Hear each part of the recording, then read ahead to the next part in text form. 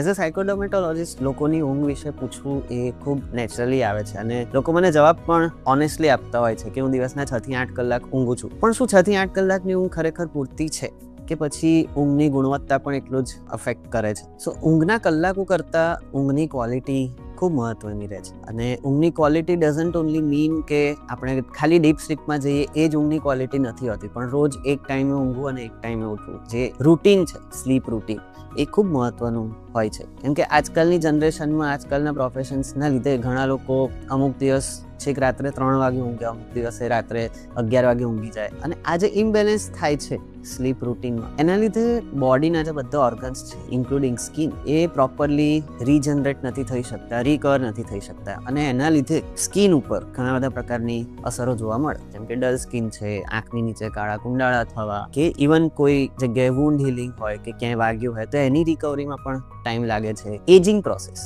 કે જે સ્કિનની જે ઉંમર દેખાય એ પ્રોસેસ પણ ઝડપી થઈ શકે છે. સો આ ઊંઘને એક રૂટીનમાં લાવવા માટે બીજા બધા ફેક્ટર્સની સાથે એક ખૂબ જ મહત્વનું ફેક્ટર છે મેલાટોનિન, કે જે આપણા બોડીમાં નેચરલી રિલીઝ થતું હોય છે. પણ જ્યારે આવું સ્લીપ સાયકલ ઇરેગ્યુલર હોય ત્યારે બહારથી જો મેલાટોનિન સપ્લિમેન્ટ લેવામાં આવે તો એ એક સ્લીપ રૂટીનને રેગ્યુલર કરવામાં ખૂબ મહત્વનો ભાગ ભજવે છે અને તમને ખૂબ સારી રીતે હેલ્પ કરી શકે છે. સો જો તમને પણ આવી કોઈ સમસ્યા હોય તો તમે મેલાટોનિનના સપ્લિમેન્ટ્સનો ડૉક્ટરની એડવાઇસ અનુસાર તમે યુઝ કરી શકો છો.